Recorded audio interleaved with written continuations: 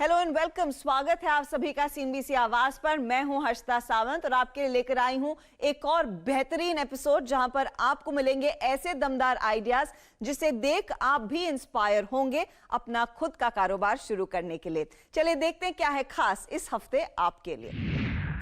Ice tea के बाजार में स्टार्टअप की Dastak, competitive exam prep platform Gradeup की फंड रेज और साथ ही 2 लाख के कैपिटल से कैसे शुरू करें कारगर बिजनेस आइडिया। आज की शो की शुरुआत करते हैं आपकी पसंदीदा चाय के साथ। इसका एक और रूप आइस टी आजकल काफी ट्रेंड कर रहा है, जिसे भुना रहा है दिल्ली का startup Brew House Ice Tea. इस स्पेस में नामी एफएमसीजी ब्रांड्स की मौजूदगी के बावजूद कंपनी के फाउंडर सिद्धार्थ जैन विदेशी बाजार में पकड़ जमाने के बड़े सपने देख रहे हैं। दिल्ली से शुरू हुई इस ब्रांड की पहुंच अब पूरे देश में तो बन गई है, लेकिन आगे का रास्ता ये कैसे तय करेंगे, यही बता रही हैं कल्पिता पारकर। गर्मा गर्म चाय की प्याली को रिप्लेस करता चाय का ठंडा और कूल अंदाज मिलेनियर्स को भा रहा है और इसी ट्रेंड को कैच किया इन्वेस्टमेंट बैंकर रह चुके सिद्धार्थ जैन ने। 2 साल पहले दिल्ली से सिद्धार्थ ने शुरू किया अपना पहला venture Brew House Ice Tea. जो नया जो ऑडियंस है, मिलेनियल्स हैं या जो यंग ऑडियंस है, वो लोग चाय थोड़ा कम पी रहे हैं, कॉफ़ी पे जा रहे हैं, तो उनके लिए भी आइस टी एक बहुत अच्छा रिफ्रेशमेंट ऑप्शन है। और हमने देखा कि कैफ़ेज़ एंड रेस्टोरेंट्स में ऑलरेडी लोग पी रहे हैं ice tea, but bottled form में, convenient ready to drink form में इतना अवेलेबल नहीं था। सो हमारा आइडिया था कि हम एक बहुत अच्छी चाय लेके, बेस्ट चाय लेके एंड उसको अच्छी तरीके से चाय की तरह बना के उसको आइस टी बनाएं और उसको लेके आए मार्केट में। इंडियन बेवरेज मार्केट में आइस टी के कुछ गिने चुने ब्रांड्स ही थे, लेकिन सिद्धार्थ का विजन पहले से ही बड़ा रहा है। कंपटीशन इंडियन ब्रांड्स के साथ करने के बदले इंटरनेशनल स्टैंडर्ड की क्वालिटी से मैच करने पर सिद्धार्थ ने फोकस किया। अपने प्रोडक्ट में यूनिकनेस ऑफर करने और हाई क्वालिटी मेंटेन करने के लिए असम से बेस्ट क्वालिटी की ऑर्गेनिक चाय ब्रू हाउस सोर्स करता है। एक तो ये कि ये ऑर्गेनिक है। सो ऑर्गेनिक का मतलब है कि जो भी हमारे इंग्रेडिएंट्स हैं वो बिना किसी पेस्टिसाइड के, बिना किसी केमिकल्स के ग्रो किए गए हैं। दूसरा ये है कि इसमें शुगर कम है, थोड़ी कंज्यूमर्स आज की डेट में कम शुगर लेना चाह रहे हैं, तो उसके हिसाब से हमने उसको थोड़ा कम शुगर रखा है। उसमें कोई प्रिजर्वेटिव नहीं है, कुछ केमिकल्स नहीं है, कोई कलर नहीं है, तो ये बिल्कुल ऑल नेचुरल प्रोडक्ट है। एंड हमने बेस्ट क्वालिटी टी यूज़ की है, तो आपको एक बहुत अच्छा चाय का एक्सपीरियंस होगा। जो चाय पी के आपको रिलैक्सेशन फील होता है, एनर्जी फील होती है, वो आपको एक ठंडे फॉर्मेट में भी मिलेगी। कंपनी का मैन्युफैक्चरिंग यूनिट गाजियाबाद में है। यहाँ चाय को ब्रू किया जाता है। इस प्लांट में हर महीने 4 से 5 लाख बॉटल आइस टी बनाई जाती है। रिटेलिंग की शुरुआत दिल्ली से करने के बाद अब कंपनी देश के 20 शहरों में अपनी मौजूदगी बना चुकी है। जनरल रिटेल, मॉडर्न रिटेल के अलावा restaurants, hotel, cafe, school, college, corporate office, coworking spaces के कैफेटेरियाज में इसे रिटेल किया जाता है। फिलहाल 350 ml की बोतल की कीमत 54 रुपए है। भाव कम करते हुए ज्यादा ग्राहकों तक पहुंच बनाने की स्ट्रैटेजी पर कंपनी फिलहाल काम कर रही है। आगे जाके भी यही स्ट्रैटेजी रहेगी। जब हम लोअर प्राइस पॉइंट में आएंगे तो हम और ज़्यादा दुकानों में जा पाएंगे, हम और ज़्यादा इंस्टीट्यूशंस में जा पाएंगे। ऑल्सो बिकॉज हर जगह ग्लास नहीं लेते लोग, बिकॉज उनको लगता है कि ग्लास टूटने की वजह से थोड़े इश्यूज़ हो सकते हैं। तो उसके लिए भी हम, आप जब प्लास्टिक में जाएंगे तो हम ज़्यादा जगहों पे जा पाएंगे। तो हमारा टारगेट है कि हम 10,000 पॉइंट्स ऑफ सेल कवर कर लें इस साल 2020 के एंड तक। क्वालिटी प्रोडक्ट बनाया, रिटेलिंग भी शुरू की, लेकिन आइस टी कॉन्सेप्ट को ग्राहकों तक पहुंचाना भी जरूरी था। स्टार्टअप के पास मार्केटिंग के लिए ज्यादा बजट नहीं होता है। ऐसे में कंपनी ने बाजार में अपनी मौजूदगी को ग्राहकों तक पहुंचाने के लिए अफोर्डेबल मार्केटिंग टूल्स का इस्तेमाल किया। दुकानों के अंदर हम थोड़े पोस्टर्स, बैनर्स करते हैं, सैम्पलिंग करते हैं। हम बहुत सारे इवेंट्स करते हैं। सो जितने फूड इवेंट्स हैं, कॉलेजेस में इवेंट्स हैं, कॉलेज फेस्टिवल्स, म्यूज़िक फेस्टिवल्स, वहाँ पे जाके हम कंज्यूमर्स, जहाँ पे भी हमें लगता है कि हमारे कंज्यूमर हैं, वहाँ पे हम उनके सामने जाके उनको प्रोडक्ट ट्राई कराते हैं। एंड उससे बहुत फ़ायदा होता है। सो वो हमारा तरीका रहा है। आगे जाके जब ब्रांड एक बार ग्रो कर जाएगा तो थोड़ा बहुत देन हम सोच सकते हैं कि थोड़ा शुरू करें एडवर्टाइजिंग करना, जो आपका ट्रेडिशनल एडवर्टाइजिंग जैसे टीवी या न्यूज़पेपर्स में। सिंगापुर से भारत लौटने के बाद शुरू हुए ब्रू हाउस आइस टी में सिद्धार्थ ने 25 से 30 लाख का स्टार्टअप कैपिटल लगाया। शुरुआती दौर में रेड क्लिफ कैपिटल के धीरज जैन ने कंपनी में भरोसा दिखाया और बाद में सिंगापुर एक्सचेंज पर listed global FMCG company Food Empire ने $6 लाख का निवेश किया। पिछले साल सितंबर में कंपनी ने एडिशनल $2 मिलियन का फंड जुटाया। कंपनी अब तक कुल 18 करोड़ का निवेश जुटा चुकी है और इंटरनेशनल एक्सपेंशन के समय अगले साल एक और फंडिंग राउंड जुटाने की तैयारी में है। भारतीय मार्केट के बाद कंपनी ग्लोबल मार्केट को कैश करते हुए स्केल के प्लान बना रही है, क्योंकि भारत में आइस टी मार्केट काफी सीमित है। आइस टी मार्केट अभी इंडिया में छोटा है, कहना मुश्किल है एग्जैक्टली कितना, बिकॉज वो डेटा इतना आसान नहीं है, बिकॉज वो बहुत बड़ा मार्केट है नहीं अभी। हमारे हिसाब से वो 200-300 करोड़ के आसपास का मार्केट होगा, लेकिन जो इंडियन बेवरेज मार्केट है वो बहुत बड़ा मार्केट है। एंड हमारा ये मानना है कि जैसे ग्लोबली आइस टी जो है 5% से ज़्यादा है of the total beverage market, India में भी वो 5% के आसपास पहुंच सकता है, जिसका मतलब वो करीब $500 मिलियन या फिर 4000 करोड़ के आसपास का मार्केट हो सकता है। फिलहाल भारतीय मार्केट में आइस टी कैटेगरी में लिप्टन, नेस्टा, जॉर्जिया जैसे गिने चुने ब्रांड्स ही मौजूद हैं। कंपनी ने प्रीमियम कैटेगरी के ब्रू टी की ऑफरिंग से अपनी अलग पहचान बनाई है। कम ब्रांड्स के चलते कंपटीशन काफी सीमित है, लेकिन इस प्रोडक्ट कैटेगरी में ग्रोथ देखने के लिए और नए ब्रांड्स के लिए बाजार में जगह है। तो इस मार्केट में अपने बिजनेसेस शुरू करना नए लोगों के लिए कई मौके लेकर आया है। Welcome back. आप देख रहे हैं आवाज एंटरप्रेन्योर CNBC आवाज पर। GEE, NEET, GATE, SSC, UPSC जैसे बड़े एग्जाम्स की तैयारी में जुटे स्टूडेंट्स की मदद कर रहा है दिल्ली का स्टार्टअप ग्रेडअप। 2015 में शुरू हुए स्टार्टअप ने ग्रोथ के अगले पड़ाव के लिए जुटाए हैं $7 मिलियन के सीरीज A फंड्स। इस पर बात करने के लिए मेरे साथ जुड़ रहे हैं नोएडा स्टूडियो से ग्रेडअप के CEO और को-फाउंडर शोभित भटनागर। शोभित, स्वागत है आपका CNBC आवाज पर। मैं आपसे यही पूछना चाहूंगी कि ये जो आप सीरीज A रेज कर चुके हैं, टाइम्स इंटरनेट आपके साथ पहले भी रहा है और इस सीरीज का लीड इन्वेस्टर है। इन फंड्स का इस्तेमाल प्राइमरीली किसके लिए किया जाएगा? पिछले 5-6 महीने के अंदर हमने अपनी लाइव क्लासेस का प्लेटफॉर्म बहुत स्ट्रॉन्ग किया है। अब हमें वो मूवमेंट दिख रहा है जब बच्चे ऑफलाइन की जगह पूरी तैयारी ऑनलाइन प्लेटफॉर्म्स पे कर पा रहे हैं। एंड ये जो मनी हमने रेज किया है, ये प्राइमरीली हमारी टेक्नोलॉजी और एक्सपेंशन जो होगी ऑफ लाइव क्लासेस के लिए इस प्रोडक्ट को बनाने में और एक्सपैंड और ग्रो करने में जाएगी। ओके, तो जब आप लाइव क्लासेस आप कहते हैं तो कोई शख्स, कोई बच्चा जो प्रिपेयर कर रहा है अज्यूमिंग UPSC के लिए, वो अपने घर में आपके पोर्टल पर बैठकर या फिर फेसबुक के जरिए ये लाइव क्लासेस एंजॉय कर सकता है। जरिया क्या है और कितनी आप डीपर पेनिट्रेशन की उम्मीद कर रहे हैं इस पर्टिकुलर प्लेटफॉर्म या फिर इस पर्टिकुलर एवेन्यू के जरिए? हमने भी स्टूडियोज और पूरी पढ़ाई कराने के लिए एबिलिटी जो भी रिक्वायरमेंट है वो सारी चीज़ें बिल्ड कर रखी हैं अपने ऑफिस के अंदर। तो टीचर हमारे नोएडा ऑफिस से क्लासेस लेते हैं। ये बहुत इंटरेक्टिव क्लासेस होती हैं। वो क्वेश्चंस पूछ सकते हैं, स्टूडेंट्स चैट में अपने डाउट्स पूछ सकते हैं। टीचर को पता लगता रहता है कि कितने स्टूडेंट्स कितने एंगेज्ड हैं उस सेशन के अंदर। और यही टेक्नोलॉजी को हम आगे बनाने और बढ़ाने और इम्प्रूव करने पे इन्वेस्ट कर रहे हैं। इसकी रीच और पेनिट्रेशन का जो स्कोप है, आज जब से हमने लॉन्च किया है, हम करीब 15,000-16,000 स्टूडेंट्स को इस पर एनरोल कर चुके हैं। एंड हम मंथ ऑन मंथ इसमें 20-25% का ग्रोथ देख रहे हैं। हमारा ओवरऑल गोल है कि इस साल में हम एटलीस्ट 60,000 स्टूडेंट्स तक ये प्लेटफॉर्म लेके जाएंगे।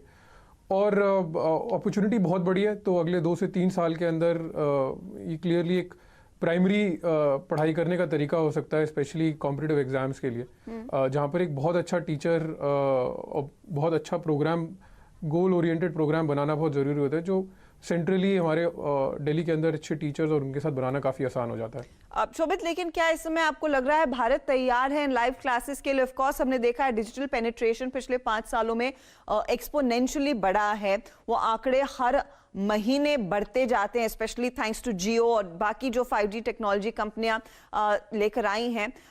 लेकिन क्या इस समय देश तैयार है इस तरह की सर्विस के लिए? आई थिंक तैयार है। मतलब हम इस इंडस्ट्री में 4 साल से हैं। एग्ज़ाम प्रिपरेशन के अंदर हम स्टूडेंट्स को अलग अलग सर्विसेज प्रोवाइड कर रहे हैं। अभी तक ज़्यादातर प्रैक्टिस करने की, क्वेश्चन सॉल्व करने की, इस टाइप के यूज़ रहते थे या थोड़े सोशल यूजेस रहते थे कि स्टूडेंट एक दूसरे से इंटरेक्ट कर पा रहे हैं। पर पिछले 1 साल में जिस तरीके का हमने अपटेक देखा है नंबर्स के अंदर कि बच्चे लाइव पढ़ पा रहे हैं, एंड जैसे आपने बिल्कुल सही बात है कि लाइव पढ़ने के लिए आपको बहुत अच्छा डिवाइस चाहिए, अच्छा इंटरनेट कनेक्शन चाहिए, क्योंकि 2 वे कम्युनिकेशन हो रहा है, सिर्फ वीडियो डाउनलोड करके नहीं देख सकते हैं आप बाद में। बट वो जंप हमें दिख रहा है अब होता हुआ। ऑलमोस्ट हर शहर, छोटे बड़े शहर, सब जगह पर इंटरनेट का एक्सेस काफ़ी तेज़ पेस पे बढ़ा है, स्पेशली जियो और बाकी सारे मोबाइल ऑपरेटर्स के जो भी चेंजेस हुए हैं पिछले 2-3 साल के अंदर। और जैसे जैसे एक्सेप्टेंस बढ़ती जा रही है, स्टूडेंट को रियलाइज़ होता जा रहा है। जो सबसे बड़ा जंप आता है ना, वो ये आ रहा है कि अब पहले जो अच्छा टीचर था वो दिल्ली में बैठा हुआ था, वो कोटा में बैठा हुआ था या टॉप 8-10 शहरों के अंदर बैठा हुआ था। अब आप किसी भी शहर में बैठे हैं, आपको उस टीचर का एक्सेस मिल रहा है। बहुत बच्चे हमारे पास आकर कहते हैं कि सर हमने ऐसे कभी फिजिक्स या मैथ्स पढ़ा ही नहीं था, मतलब हमने कभी देखा ही नहीं था कि कोई ऐसे पढ़ा सकता है। तो उस टाइप का जो चेंज है, प्लस जो ट्रांसफॉर्मेशन हो रहा है मोबाइल के एक्सेस में, इंटरनेट के एक्सेस में, आई थिंक ये दोनों चीज़ें कंबाइन होकर एक बहुत बड़ी अपॉर्चुनिटी क्रिएट करते हैं। अगले 2-3 साल के अंदर हम तो एक मतलब ट्रांसफॉर्मेशनल चेंज देखते हैं कि इस इंडस्ट्री में होगा। शोभित, पिछली बारी जब आपसे बात हुई थी, जब आपको फीचर गया था आवाज एंटरप्रेन्योर पर, मुझे याद है आप कम्युनिटी बिल्डिंग की बात कर रहे थे। How has that fared? कितने लोग इस कम्युनिटी, ग्रेड अप की कम्युनिटी के साथ जुड़े हैं, और यहाँ से आगे इस कम्युनिटी को बिल्ड करने के लिए आपको क्या करना पड़ेगा? तो ग्रेड अप कम्युनिटी हमारा शायद सबसे बड़ा कॉम्पिटिटिव एडवांटेज आज है और मेरे हिसाब से फ्यूचर में भी रहेगा। आज ग्रेड अप कम्युनिटी पे करीब 15.5 करोड़ बच्चों ने आज तक इंस्टॉल किया है या रजिस्टर किया है कम्युनिटी पे, जिसमें से 30 से 32 लाख स्टूडेंट्स मंथली एक्टिव होते हैं हमारे प्लेटफॉर्म के ऊपर। मतलब हर महीने इतने बच्चे इस प्लेटफॉर्म के ऊपर आते हैं। अलग अलग एस्टिमेट्स है, पर करीब 3 करोड़ बच्चे एग्ज़ाम देते हैं एक साल में। तो आप सोच सकते हैं कि 10% ऑफ बच्चे जो एग्ज़ाम दे रहे हैं किसी साल में, वो ग्रेड अप की कम्युनिटी को एक्टिवली इस्तेमाल कर रहे हैं, जो एक बहुत बड़ा नंबर है और हमारे लिए एक बहुत बड़ा एसेट है, क्योंकि उससे हमारी लाइव क्लासेस, उससे हमारी सारी सर्विसेज के लिए स्टूडेंट का इनफ्लो बनता है। ये कम्युनिटी मैच्योर होती जा रही है। आज हमारा फोकस अंडर ग्रेजुएट वाली कम्युनिटी को और बड़ा करने में है। जैसे जैसे वो बढ़ती जाती है, हमें लगता है कि हमारी फ्यूचर ग्रोथ, चाहे लाइव क्लासेस हो या और भी आगे कोई और सर्विसेज हो, उसको वो बहुत पावरफुली फ्यूल कर पाएगी। ओके, तो ये जो आपने फंड रेज किया, आई एम श्योर उस स्केल को अचीव करने के लिए मदद करेगा। लेकिन इस समय एजुकेशनल टेक्नोलॉजी बिजनेस में हमने देखा है कंपटीशन काफी ज्यादा है। हर रोज 3 नई कंपनियां शुरू हो रही हैं जो एग्जिस्टिंग पीयर्स को कंपटीशन दे रही हैं, उनको इनफैक्ट पुश कर रही हैं कुछ नया करने के लिए। How different are you gonna be? क्योंकि आपका क्लोजेस्ट कंपटीटर मेरे ख्याल में अनअकैडमी होगा। उन्होंने भी तगड़े fund sequoia and the likes के से रेस किए हैं, तो आप उनसे कैसे मुकाबला कर रहे हैं? How will you stand out differently from the peers? I think 2 बड़ी चीज़ें हैं। एक तो जैसे हमने बात करी कि हमने जो पिछले 4 साल है उनमें मेहनत करी है कम्युनिटी इस्टेब्लिश करने में, जो स्टूडेंट के साथ ट्रस्ट बनाती है, जो स्टूडेंट ग्रेड अप प्लेटफॉर्म पे आता है बिना बहुत ज़्यादा मार्केटिंग का खर्चा किए, और वो हमेशा एक एसेट रहेगा। तो मुझे लगता है कि उस चीज़ को बनाना और क्रैक करना मतलब एक टाइम टेकिंग एफर्ट है, और जो हमने वो इन्वेस्टमेंट किया है उसका रिटर्न मिलता रहेगा, चाहे वो अनअकैडमी हो, चाहे वो कोई और नया स्टार्टअप हो। दूसरी बड़ी चीज़ जो हमने अपने लाइव कोर्सेज के अंदर जिस पे बहुत ज़्यादा फोकस किया है, वो है कि स्टूडेंट के सक्सेस की तरफ हम कैसे काम करें। हमने एक स्पेसिफिक स्टूडेंट सक्सेस टीम बना रखी है, जो भी बच्चा हमारे प्लेटफॉर्म पे एनरोल होता है, लाइव कोर्सेज में एनरोल होता है, उनकी यूजेज को, उनके मार्क्स को, उनकी परफॉर्मेंस को ट्रैक करती रहती है, और उनके लिए अलग अलग इंटरवेंशन डिज़ाइन करती रहती है कि इनको एक्स्ट्रा क्लास की ज़रूरत है, इनको टीचर के साथ इंटरेक्शन की ज़रूरत है। और मुझे लगता है कि ये जो फोकस कॉम्पिटिटिव एग्जाम का मार्केट है, एंड में सबसे बड़ी चीज़ तो यही है कि आपका सक्सेस रेट क्या है, कितने बच्चे आपका प्लेटफॉर्म इस्तेमाल कर रहे हैं, और अपने पोटेंशियल या उससे बियॉन्ड परफॉर्म कर पा रहे हैं। और मुझे लगता है हमारा उस चीज़ पे जितना बड़ा फोकस है, जिस तरह हमने लंबा इन्वेस्ट किया है पिछले 4 साल में कम्युनिटी पे, उसी तरह हम इसको भी उतने ही फोकस के साथ आगे इन्वेस्ट करने वाले हैं और ओवर अ लॉन्गर टर्म इसका बहुत बड़ा रिटर्न हमको मिलेगा। ओके, और इस रिटर्न में फिर आपके रेवेन्यू रेट किस ट्रैजेक्टरी पर है? कुछ नंबर्स अगर आप शेयर कर पाएंगे, आपकी पाथ टू प्रॉफिटेबिलिटी क्या है? सो अभी हम अपने एनरोलमेंट्स और revenue numbers almost 20-25% every month grow कर रहे हैं। हमें लगता है कि अगले 9 से 12 महीने इस टाइप की ग्रोथ सस्टेनेबल होगी।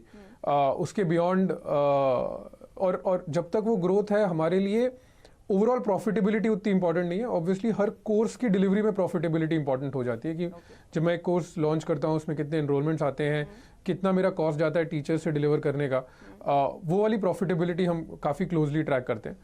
और अगले 12 महीने के अंदर हम अपनी कोर्स की प्रॉफिटेबिलिटी और कोर्स का स्केल बढ़ाने पे बहुत ज़्यादा फोकस कर रहे हैं।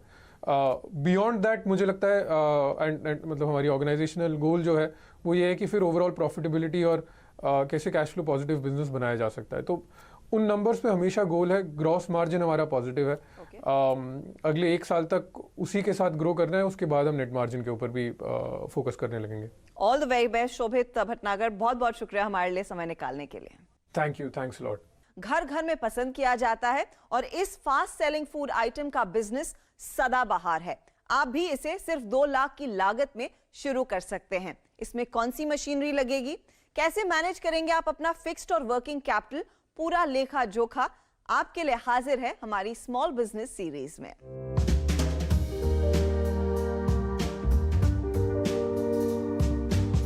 अगर आप कम इन्वेस्टमेंट में कोई बिजनेस करने की सोच रहे हैं तो हम आपको एक खास बिजनेस के बारे में बता रहे हैं। ये बिजनेस आप 2 लाख रुपए लगाकर शुरू कर सकते हैं। पापड़ बनाने के बिजनेस को सिर्फ 2 लाख रुपए में किया जा सकता है। नेशनल स्मॉल इंडस्ट्रीज कॉर्पोरेशन ने इसके लिए एक प्रोजेक्ट रिपोर्ट तैयार किया है, जिसके जरिए आपको मुद्रा स्कीम के तहत 4 लाख रुपए का लोन सस्ते रेट में मिल जाएगा। इस रिपोर्ट के अनुसार 6 लाख रुपए के टोटल इन्वेस्टमेंट से करीब 30,000 किलो की प्रोडक्शन कैपेसिटी तैयार हो जाएगी। इस बिजनेस को शुरू करने के लिए आपको 6,05,000 रुपए खर्च होगा। टोटल खर्च में फिक्स कैपिटल और वर्किंग कैपिटल का खर्च शामिल है। फिक्स कैपिटल में 2 मशीन, पैकेजिंग मशीन, इक्विपमेंट जैसे तमाम खर्च शामिल है। वर्किंग कैपिटल में स्टाफ की 3 महीने की सैलरी, 3 महीने में लगने वाले रॉ मटेरियल और यूटिलिटी प्रोडक्ट का खर्च शामिल है। इसके अलावा इसमें किराया, बिजली, पानी, टेलीफोन का बिल जैसे खर्च भी शामिल है। पापड़ बनाने के बिजनेस को शुरू करने के लिए आपको shifter, dough mixer, platform balance, electrically operated oven, marble table top, चकला बेलन, एल्यूमिनियम के बर्तन और रैक्स जैसी मशीनरी की जरूरत होगी। पापड़ बनाने के बिजनेस के लिए कम से कम 250 स्क्वायर फीट की जगह की जरूरत होगी। अगर आपके पास खुद की जगह नहीं है तो इसे रेंट पे लिया जा सकता है, जिसके लिए कम से कम 5,000 रुपए रेंट आपको हर महीने देना होगा। मैन पावर में 3 अनस्किल्ड लेबर्स, 2 स्किल्ड लेबर और 1 सुपरवाइजर की जरूरत होगी।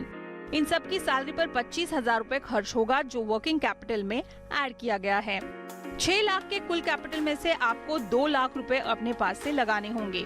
सरकार की मुद्रा योजना के तहत 4 लाख तक का लोन आपको मिल जाएगा। इसके लिए प्रधानमंत्री मुद्रा योजना के तहत आप किसी भी बैंक में अप्लाई कर सकते हैं। इसके लिए आपको एक फॉर्म भरना होगा, जिसमें कई सारी डिटेल्स भरनी होंगी। इसमें किसी तरह की प्रोसेसिंग फीस या गारंटी फीस भी नहीं देनी होती। लोन का अमाउंट 5 साल में लौटा सकते हैं। प्रोडक्ट बनने के बाद इसे थोक में बेचना होगा। इसके लिए छोटे किराना स्टोर, सुपरमार्केट और बड़े रिटेलर से संपर्क बनाकर प्रोडक्ट की सेल बढ़ाई जा सकती है।